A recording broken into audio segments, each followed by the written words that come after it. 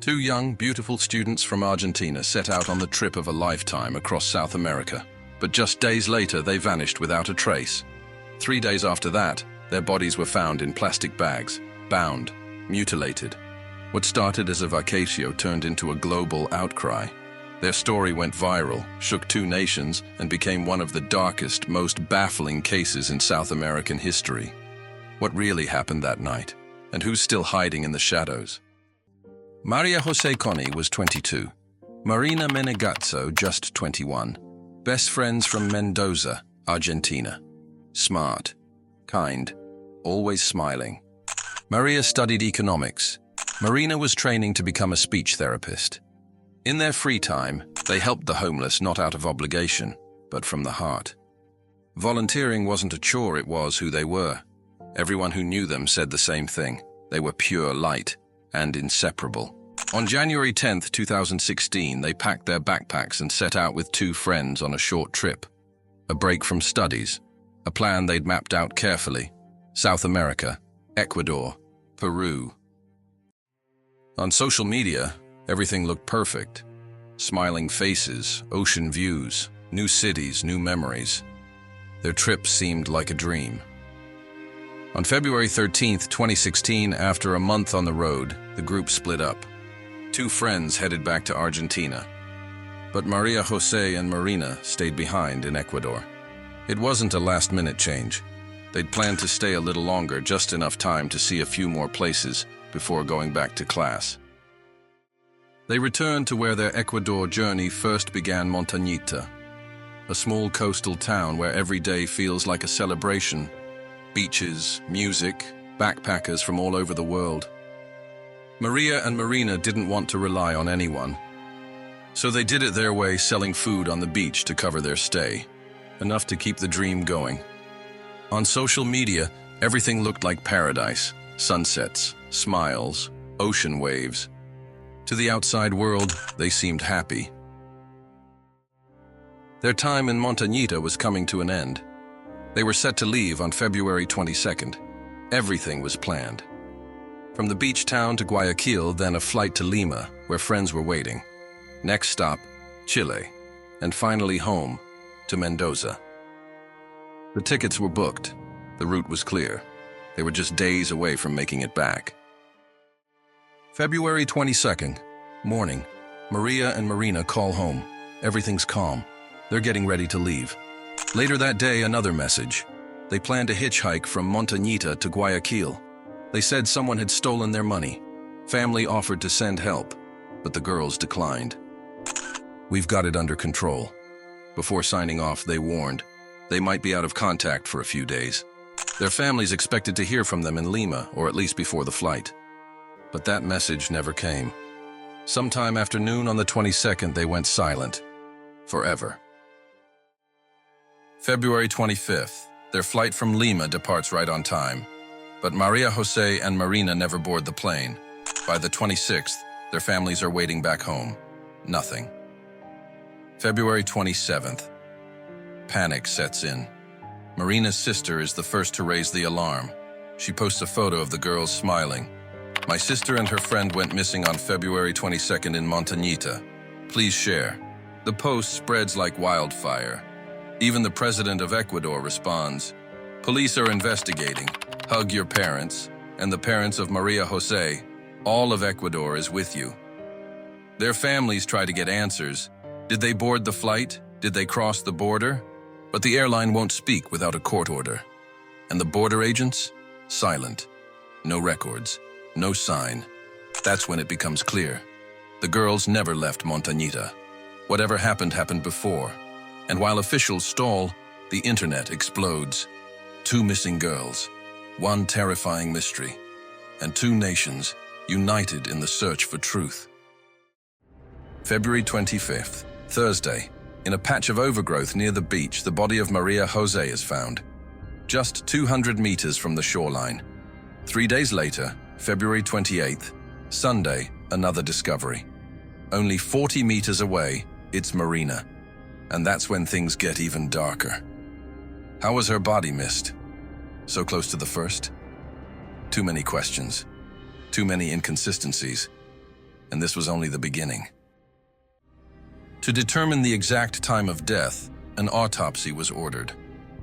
Maria José's body was discovered by a man who claimed he'd wandered into the brush just to relieve himself. But what he found looked like something out of a horror film. Both girls had been wrapped in plastic, bound with rope. Maria José, a fractured skull, bruises, cuts, trauma to her genitals, a broken hip. Marina stabbed 6 times, from her chin to the base of her neck. Her face was scraped, her wrists torn by rope. The message was clear. They were restrained. They fought back. Medical examiners concluded they were killed the same day, just hours apart. Time of death, early morning, February 23rd. The day after Marina's body was found, police made a bold announcement. There were already arrests. 2 men, Alberto Mina Ponce and Aurelio Rodriguez, known as El Rojo. Bloodstains were found in one of their homes. Nearby, a backpack and a phone belonging to one of the girls. But the real shock, they confessed, just like that. No pressure, no drawn-out interrogations. They simply told police what happened. At first, it seemed like an open and shut case. But the more investigators listened, the more the cracks began to show. According to the suspects, it all started near a bar in Montañita. Maria and Marina were trying to hitch a ride to Guayaquil, but no one agreed to take them. That's when El Rojo approached them. He struck up a conversation.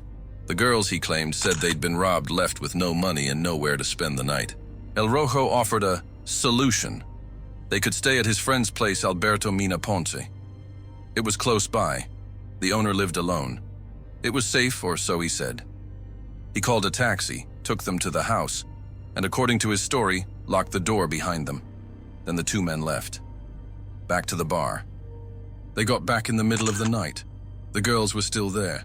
They supposedly asked the men to buy soda. But when they came back, something had changed. What happened next, according to their version, was beyond disturbing. Then it turned dark. They were drunk, and according to them, they made advances on the girls.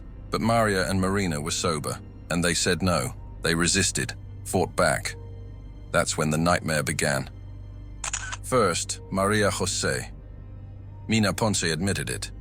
He grabbed a heavy metal object and struck her in the head. 1 blow, fatal.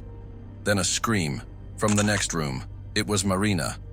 El Rojo walked in and stabbed her 6 times, from her chin to the base of her neck. Both girls were dead. And the killers? They just stood there, in silence, staring at what they'd done. After the murders, El Rojo just walked away, left Mina Ponce alone, with 2 bodies. At that point, everything was dead quiet. Mina panicked. He started cleaning, wiping away the blood.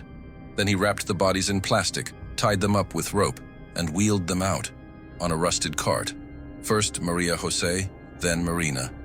He dumped them in a remote area, convinced no one would ever find them, that the girls would simply disappear. Prosecutors didn't just have confessions, they had 2 eyewitnesses.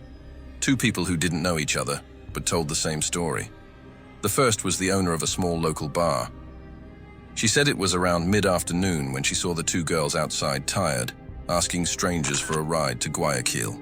No one agreed to take them. A couple hours later, the girls came into the bar and asked for a glass of water. They said they didn't have any money, they'd been robbed that morning. As the woman poured the water, a man approached them. El Rojo. She watched as they spoke, then walked off together in the direction of a nearby house. The second witness was a taxi driver. He said El Rojo flagged him down on the road, got into the front seat. The girls got in the back, silent. They didn't speak the entire ride. To the driver, something felt wrong. They seemed slow, dazed, like they were drugged. He dropped them off at the address and drove away, never asked questions. The families didn't believe a word of it. None of it made sense. Why would Maria and Marina go with complete strangers?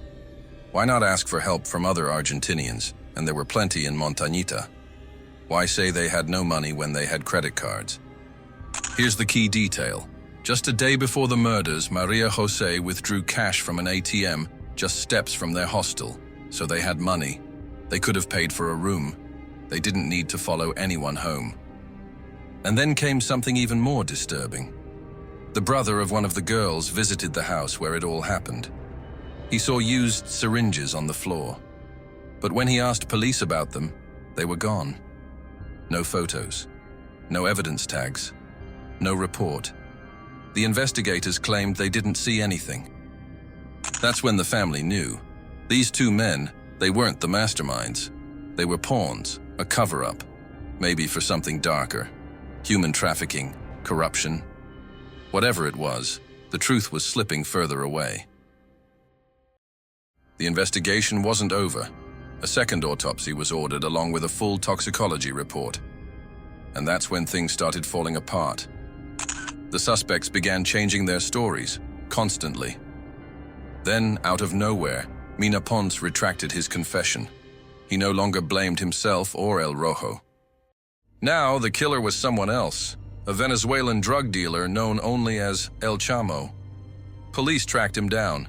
He denied everything and offered to give his DNA, take a lie detector, anything. He passed every test, no match. But at the crime scene, investigators had found several DNA profiles. Mina's, both victims, and one more. Unidentified. It didn't match El Rojo. It didn't match El Chamo. It belonged to someone else. Someone who was there. Someone who vanished from the report. And then another bombshell. The second autopsy revealed something horrifying. Maria Jose had died on February 23rd, but Marina was killed 2 days later. That changed everything. When they found Maria's body, Marina might have still been alive. That's why she wasn't discovered even though she was only 40 meters away. And that's why her body showed newer signs of abuse. Suddenly the timeline shifted. This wasn't just murder. This was kidnapping, torture. And the biggest question now, who else was in that house? Because someone else was. And whoever they are, they're still out there. The police claimed they missed Marina's body because of heavy rain. But weather records told a different story. There was no rain that day. And that's when the cracks in the investigation started to show. The autopsy only raised more questions. Maria Jose had bruises and scrapes, but only on one side of her body, like she'd been thrown from a moving car. Both victims had injuries consistent with sexual assault. That much was clear. But there was one detail no one could explain. Maria's hip was fractured. Yet there were no external wounds to match the injury. It was as if the break had come from within. Then came the toxicology report. In their systems, a banned substance. Mixed with alcohol, it turns into a chemical weapon. It erases free will. Victims don't fight back. They follow. They obey. Suddenly, everything made sense. Why they got into a stranger's car. Why they sat in silence. Why they seemed tired, dazed. They'd been drugged before it even began. And that meant one thing. This wasn't random. It was planned. From day one, the families didn't buy the official version. These girls weren't reckless. They were smart, cautious. The idea that they'd follow drunk strangers into a house? It just didn't make sense. Then came the toxicology reports. And suddenly, it did. Someone had drugged them, stripped away their will. The trial was a mess. 3 different prosecutors. Endless delays. But in the end, Alberto Mina Ponce and Aurelio El Rojo Rodriguez were both sentenced to 40 years in prison. It should have been over. But for the families, this was only the halfway point. Because not all the DNA matched. Which means someone else was in that house. And whoever it was is still out there. Just when it seemed like the case was closed, everything flipped again. 2 more arrests. One man, cleared. His DNA didn't match. He had an airtight alibi. But the other, he wasn't just connected. His DNA was a match, a direct hit. His name, Jose Luis Perez. It wasn't the first time we'd heard it, because Jose was the man who found Maria Jose's body. the so-called random passerby, the witness, the one who said he stumbled across the body by accident. Now he was the one on trial. What had he been hiding all this time? And why did the investigators take his story at face value without ever testing his DNA? The witness was part of the crime scene all along. José Luis Pérez's defense? Almost laughable. He claimed the blood on the wall came from a tooth infection, said he'd lived in the house weeks earlier and just happened to spit right where investigators later found evidence. As for his DNA on the victims, his lawyers said it was a coincidence. He touched the furniture, they argued. So did the girls. That's all. But that fantasy unraveled fast, because when the dentist took the stand, everything changed. Yes, Pérez had visited him, but 2 weeks after the murders. And more importantly, he asked the dentist to forge a note, claiming he had an infection earlier. The dentist refused. There was no infection, no symptoms, nothing. And just like that, the entire defense collapsed. Then came the kicker. Pérez wasn't just a suspect. He was the man who discovered Maria José's body. What are the odds? Was it luck? Or was he trying to control the timeline to control what got found and when? At that point, it was clear he had been playing everyone from the start. It was a long, exhausting fight. But finally, in November 2019, José Luis Pérez was sentenced to 40 years behind bars for his role in the murders. You'd think that would be the end of it. But it wasn't. Not even close. Because buried deep in the case files are DNA samples that still haven't been matched. Unknown traces, unknown hands. Proof that someone else may have been there and walked away free. And the questions still haunt this case.